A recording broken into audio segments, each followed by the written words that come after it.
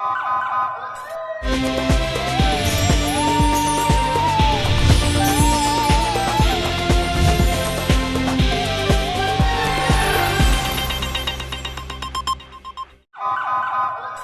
पहले नजर डालते हैं अब तक की बुलेटिन की। जी बिल्कुल, गुजरांवाला से खबर शामिल करते चले हैं कि पुलिस एहलकारों की मिली भगत। निजी हाउसिंग सोसाइटी में सरेआम जिस्म फरोशी का धंधा रूज पर। मुल्की और गैर मुल्की शराब, चरस, अफीम, आइस का इस्तेमाल। नशे में धूत बिगड़े रईस लड़कियों से डांस कराने मौज मस्ती में मगन। थाना सदर के इलाका में तलाक याफ्ता गरीब बेसहारा लड़कियों को सुहाने सबद बाग दिखाकर ब्यूटी पार्लर की आड़ में ज़बरदस्ती जिस्म फरोशी का धंधा करवाने जाने का इंकशाफ।